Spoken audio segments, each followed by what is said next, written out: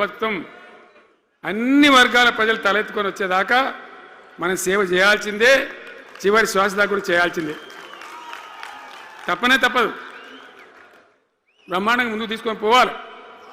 మీరు కూడా నాకు 75 వచ్చింది కాదు, ఇవాళ మీరు 50-25 ఏళ్ళు తగ్గిపోయింది మీ వయసు. అంత యువకునిలాగా అంత ఉత్సాహంగా ముందుకు దూసుకొని పోదాం. తెలంగాణ ఎట్లా మంచి దాని సంగతి చూద్దాం. ఇప్పుడు అన్నీ ఒక పొదరిల్లాగా చేసినాం. కరెంటు చక్కగా ఉండేనా కేసీఆర్ రాకముందు? కరెంటు ఉండేనా? కేసీఆర్ ఉన్న రోజులు మంచిగా ఉండేనా? మరి మళ్ళీ ఇప్పుడు ఏం రోగం వచ్చే, ఏం బీమారు వచ్చే? కరెంటు కాకెత్తుకొని పోయిందా?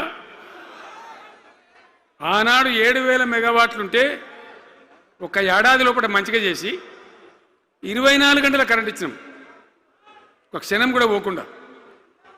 ఎప్పుడైనా రిపేర్ అవుతుంది తప్ప, టెక్నికల్ ప్రాబ్లం అవుతుంది తప్ప పోకపోతుండే. అంత మంచి పవర్ సప్లై చేసినాం. దాని తర్వాత యాదాద్రి, భద్రాద్రి ఇంకా చాలా కొత్త సబ్స్టేషన్లు నిర్మాణం చేసినాం, జనరేటింగ్ స్టేషన్లు పెట్టినాం, 20,000 మెగావాట్లకు తీసుకొని పోయినాం.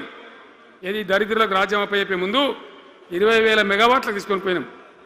మరి ఏం రోగం వచ్చింది, ఏం బీమారి వచ్చింది, ఎందుకు ఇబ్బంది పెడుతున్నారు? అనేక చోట్ల రైతుల పొలాలు ఎండుతున్నాయి, పేపర్లలో ఫోటోలు వస్తున్నాయి, టీవీలలో వస్తున్నాయి, జనం ఏడుస్తున్నారు. ఎందుకు ఈ బాధ కలుగుతూ ఉంది? ఇది ఆషామాషి వ్యవహారం కాదు, ఇది జీవన మరణ సమస్య, మన బతుకుదెరువు సమస్య. ఓట్లు వేసేటప్పుడు నేను సిల్కలకు చెప్పినట్టు చెప్పిన, ఉల్టా పల్టా ఎటుపడితే అటు వేయకుండా దెబ్బతింటారని చెప్పిన. నా మాట ఇన్నోడు ఇనలే. ఇప్పుడు ఏమైంది, ఏం జరుగుతుంది? ఆ రోజు నేను చెప్పిన, వీళ్ళు కనుక గెలిస్తే ఈ దుర్మార్గులు, వీళ్ళ గుండె లోపల తడి లేదు, వీళ్ళు రైతు బంధుకు రామ్ రామ్, దళిత బంధుకు జై భీమ్. అయిందా? అట్లే పక్క ముచ్చట. ఇక ఇవాళ ఇప్పుడు జీవన్ రెడ్డి గారు చెప్పిండు, కాంగ్రెస్ వాళ్ళు సభ పెట్టినాడు, కాటారంలో బుడరంలో పెట్టినాడు, ఆడ పైసలు ఎత్తారట. ఇది ఒక్కతే ఆపకేసే రైతు బంధు నెలకొక ఇస్తా, ఎకరానికా అంటే 2 నెలలకు ఒక ఎకరానికి అంతేనా? 6,000 వేసినాం, మా అంత సిపాయిలని బొచ్చగొట్టుకుంటారు.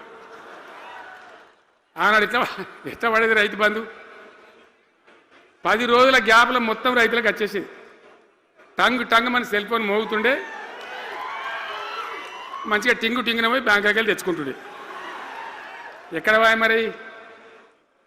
ఏం మాట్లాడిండ్రు? ఉరుకుని బ్యాంకులో పోయి 2 లక్షలు 3 లక్షలు లోన్ తెచ్చుకొని తెల్లారే ఆనాడే సంతకం పెడతాం, లోన్లన్నీ మాఫీ అయినాయా? ఇట్లా అడ్డగోలు నోటికొచ్చిన మాటలు చెప్పి, ఇష్టం వచ్చిన కథలు చెప్పి అర్రాసు పాడబడినట్ట. కేసీఆర్ 10,000 ఇస్తాడా, మేము 15 ఇస్తాం, పింఛన్లు 2,000 ఇస్తాడా, మేము 4,000 ఇస్తాం, వికలాంగులకు 4,000 ఇస్తాడా, మేము 6,000 ఇస్తాం అనే వరకల్లా మన వాళ్ళు మోసపోయి.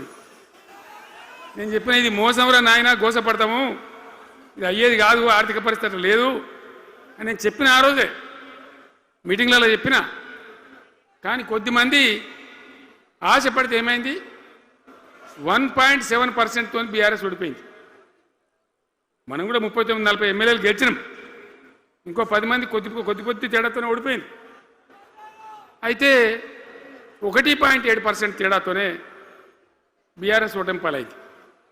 సరే, మంచి మాట. మరి వచ్చిన ప్రభుత్వం పనిచేయాలి కదా, వాళ్ళకు కూడా అవకాశం ఇవ్వాలి కదా. సరే, మన దాన్ని వాడో వీడో కొంత దుంకులాడినా నేను మాట్లాడలే, నీ బయటికి రాలే, తక్కువ 1-2 సార్లు తప్ప రాలే. వాళ్ళకు కూడా ఛాన్స్ ఇవ్వాలి, అవకాశం ఇవ్వాలి. మనం ఎక్కసంతో ఉండొద్దు, చేయని ఏం పరిపాలన చేస్తారో చేయని, మంచిదే కదా అని చెప్పి అనుకున్నాం. మరి ఏమైతుంది? ఎక్కడ చూసినా చిల్లర మాటలు తప్ప ఒక్కటంటే ఒక్కటన్నా నిర్మాణాత్మకమైన కార్యక్రమం ఉందా? ఒకటన్నా ఏదైనా గొప్ప స్కీమ్ మొదలుపెట్టినరా? ఒక పొదరిల్లులాగా వడ్డించిన విస్తరలాగా తెలంగాణ మీకు అప్పచెప్పింది. ఎన్నిట్లలో నంబర్ 1 తెలంగాణ. మంచినీళ్ళ సప్లైలో నంబర్ 1, కరెంట్ సప్లైలో నంబర్ 1, పర్ క్యాపిటల్